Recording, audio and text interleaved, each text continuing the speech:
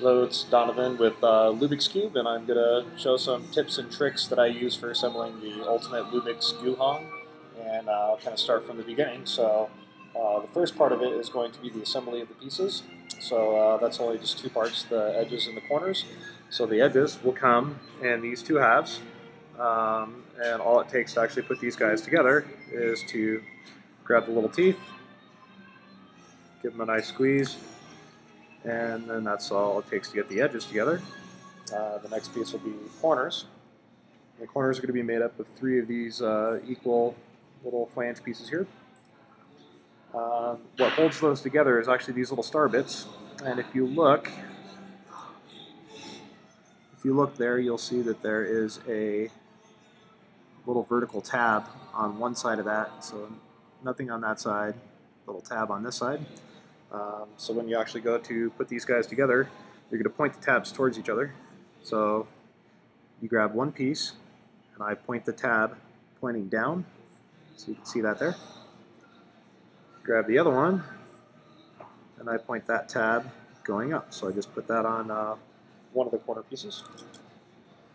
And then simply add the second piece together, give them a squeeze, and now it's just waiting for that last piece. And simply put them on there, give a nice squeeze on the base and on the top to make sure that it goes together nice and tight. And that's assembly of the pieces. The next thing that I do, and if you look around here, I've got a whole bunch that I'm assembling tonight, so to kind of show you. The next thing I do is I lube the entire centerpiece so that it'll move nice and quick. The way I do that, I just have like a large size one here with no sticker on it, but all I'm going to do is put a little dab on the inside piece so you can see the silicone coming out there. A little dab about that big, rub it around, and then I'm going to go all the way down to the inside, just above that hole there, and then on the upper shoulder. So I'm going to hit those two spots. So one right there, go up to that upper lip, and put a light little dab on that guy. Interesting thing happened with the new hardware. The old hardware for GuHongs was this black hardware, and now they've changed it to this silver hardware. And as you can see, the silver screw is actually a little bit longer, and it's got a much flatter spot up at the top, so that helps it guide into the core nice and easy. So we'll use the silver ones. Next step is to grab a washer. Put the washer on the syringe, put that into the base, let it release, so you can see it's down at the bottom there now. And I do the smooth side down, put a light little coating of silicone on top. That part's done. Next is just simply set the spring inside, done. And finally, grab the screw, and then what I do is I put just a small little amount of silicone right around the screw head. Just like that. See, it's just got a little bit of silicone on there. If you have a GuHong that squeaks, that's where it's coming from. Put that guy on there, and it's ready to go to the core. And as you can see, I have a whole slew of them here ready in a bag of cores. So I'm just going to go ahead and assemble one and show you what I do here. Two different screwdrivers. Got a really long one and a really short one for this part of the assembly. The short one is absolutely awesome because I can hold everything in one hand. So I grab a complete centerpiece that's ready to go, and I hold that in my hand using the screwdriver to do so. Now I can press it into the core and then twist the core onto the screw. Now I'm going to stop early and leave a lot of this thread exposed, so when I lube it later, it's going to be really, really nice. So an extra large gap that I wouldn't normally do on final assembly. So I'm going to leave it there and get all of those in place. So I usually go opposing sides. Get the second one in. Same thing, leaving a pretty big gap there for lubing later. Side number 3.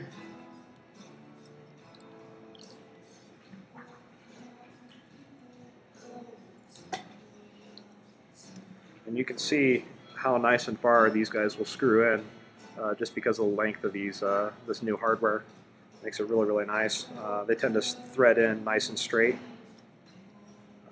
which helps it from being offset. Kind of weird. So there's number 4. Fifth side.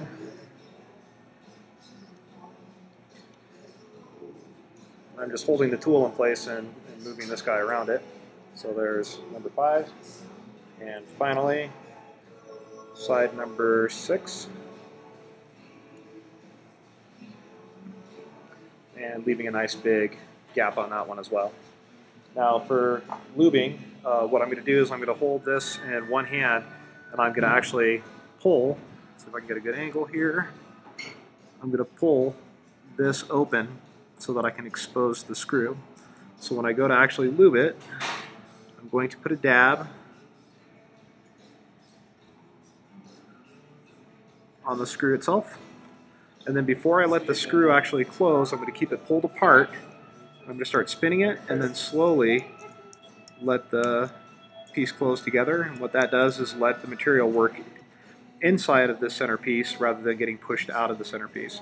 Once I have that done, give it some spins to work that material on. That's the equivalent of going like this 1,000 times on a cube. And to keep track of where I'm at, I always just do the opposite side. So I'm going to do the same thing here. See if I can get an angle. You can see a little bead, maybe, of silicone on there. Don't really use a lot. Hold it apart, spin it around, get it inside there. Move to another side.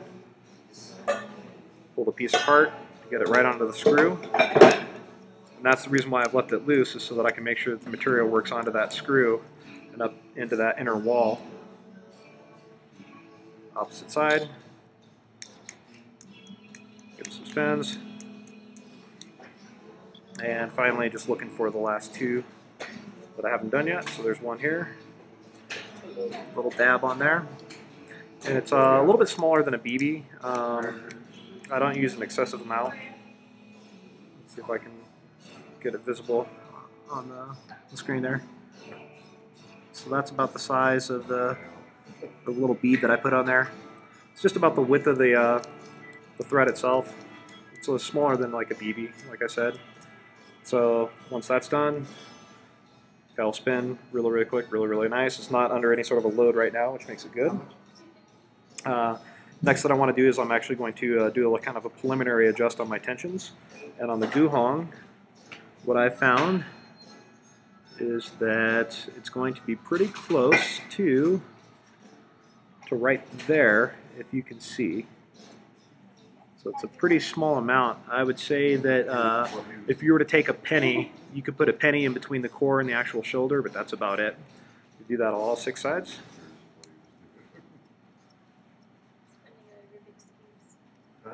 There's that one done.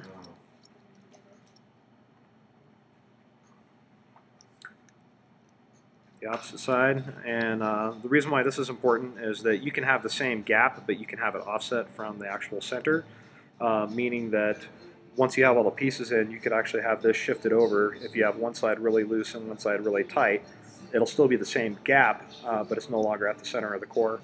So that's why I like to go through and do these ones by hand before I actually assemble the cube. Right about there. Okay. And then the last side is going to be same gap, right about there. Let's see if you can see. Just that small little gap, that's all it really takes. If you have your tensions too tight, the cube is going to lock up.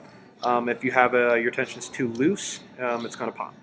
So you can see that even once I have it assembled, it still has pretty good free spin. Next thing, this is a fun one that not a lot of people get to see, and I pulled out an edge for that. Let me find it. There we go. Okay, so this is pretty much the main thing that has the elites or the ultimates move the way that they do, is by the simple mod that I do. It's time consuming because it takes quite a bit of time to do this to the hundreds of edges that I end up doing it to. But I'm going to show you where the issue is that causes that really obnoxious click, and you can see it here. basically on this spot right at the tip of my blade. At the tip of my blade there's a little lip that's right here and right here. So looking at the piece this way, kind of hard to see. Yeah, you can see that lip right there because of the light. That lip is what corners come across. So when you have a corner piece and it's interacting with this edge piece, shed a little bit more light. Corner piece interacting with the edge piece, what happens is the corner will actually come up and it has to jump up onto this edge piece, and that causes a really obnoxious click. The other part is that you would end up having another edge piece rubbing across that area, and that's what causes that really bad click. So in order to fix this, this is what it is that I do. Is I take a really small utility knife, and I have it like dulled at the tip so it's not sharp here. It's still really sharp down at the bottom. So on this part, be careful. Obviously you're using a blade and you need to use some common sense. But what I'm going to do is I'm just going to put it straight into that corner. See if I can get a good angle here. And I'm going to pull that excess material off.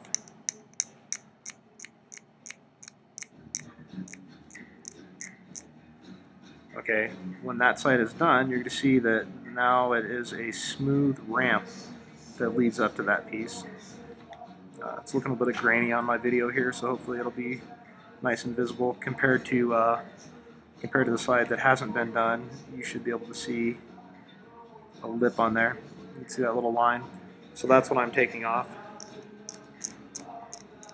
So all 4 points on each edge, so 12 edges per cube, 48 point mod that I do.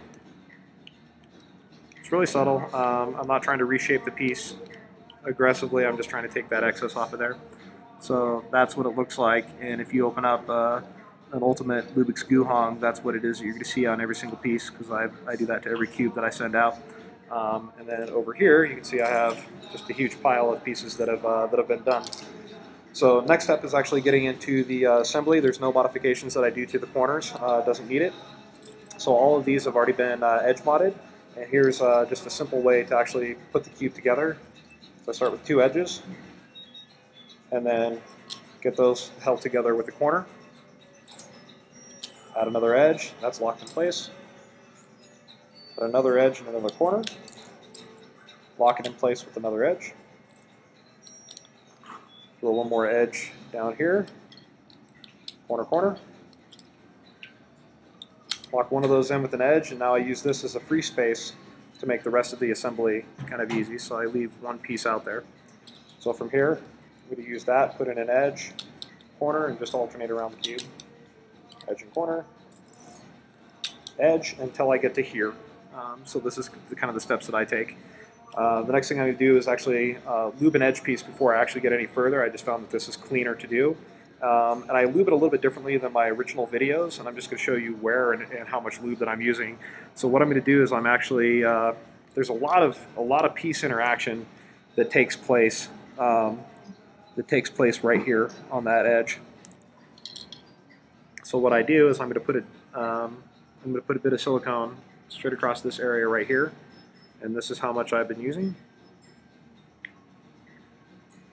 So you can see there's just a small little thin line right there, and then I roll up it and go towards the piece.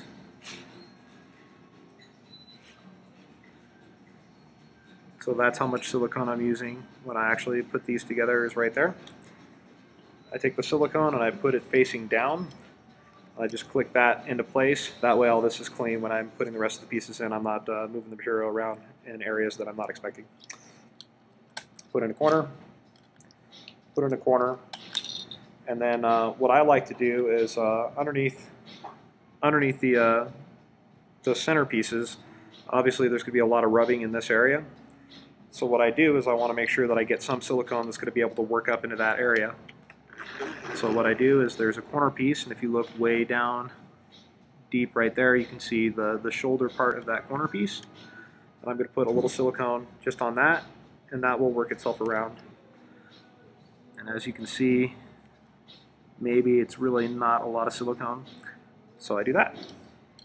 Then finally, seal the cube together with the last piece of silicone, or with the last edge piece. And now what I'm going to do is I'm going to adjust my, my actual tensions to make sure that I'm not too tight. On this one I have it set just a little bit too tightly, and I'll show you what I do in order to make sure that my gaps are even.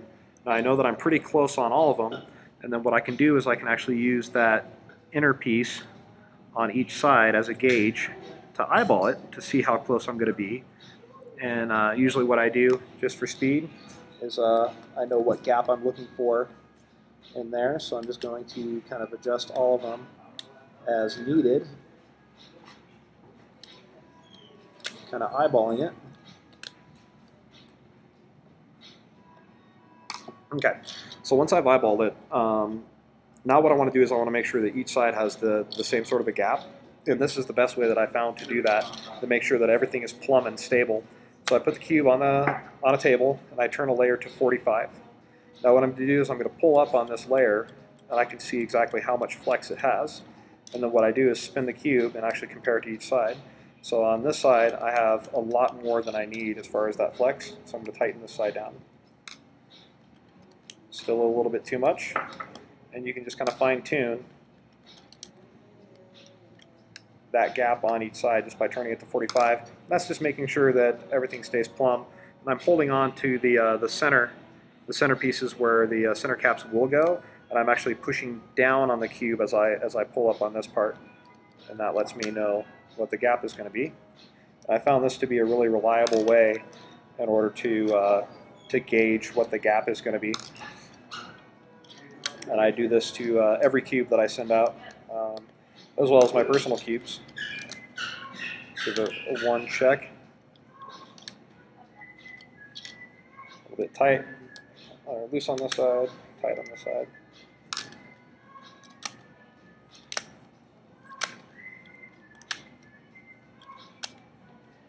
Okay, so now that I've done that, there's one other mod that you can do. I do not do this mod, but what you may find on some of these, and you may have this on your GuHong, that when you press on some of these center pieces, you'll feel them squish and try to spring back up.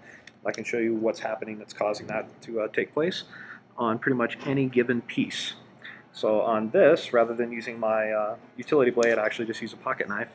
But the area that's causing that to happen is right here. There's just a little excess buildup of material as it comes out of the mold. It's really hard to see on this.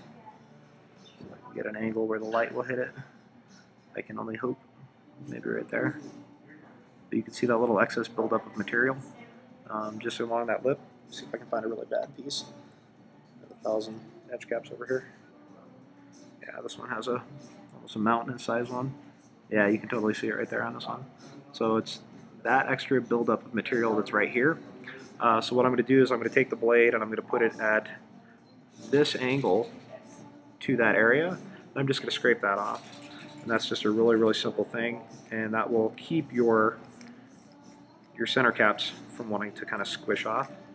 So I'm just cleaning up that edge, and it's only on that side that it actually takes place. So that's really all there is to it. That little mountain is gone, and now when I put the center cap on, it's going to stay nice down and firm, and it's not going to want to have a tendency to get pushed back up. So there we go. Throw all the center caps on. And again, the ones that I sent out for the Ultimate Lubix GuHong, I don't do that. I'll kind of leave that to the customer to do that part. Now I just want to, oh, yeah, so I've already got it, already got the silicone in there, so I'm just going to do a random scrambling just to work that little bit of material around, and I do this before all the cubes go out.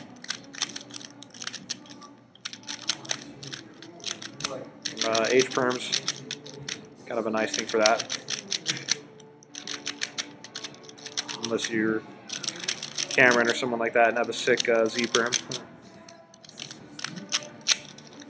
But yeah, so pretty much by now all the material's worked in free, and what you're going to be able to hear on this now is that that really aggressive click that most GuHongs have is all but gone. And you can really feel it in the cube when you're spinning it and doing binding cuts like the F-perm. F-perm has a lot of like really binding turns to it. But yeah, so those are kind of my tips and tricks on the GuHong. Video's running long here, so I'm going to have to do quite a bit of editing. But the next thing that I'll do, or maybe I'll put it in another video, is the technique that I use for stickering. And all right, subscribe. Thanks for watching, and hopefully this will help the GuHong owners out there get the best performance out of their cube by essentially turning it into an ultimate Lubix GuHong with the modifications that I've come up with. So again, thank you for watching. Crazy amount of cubes, and yeah, that's all.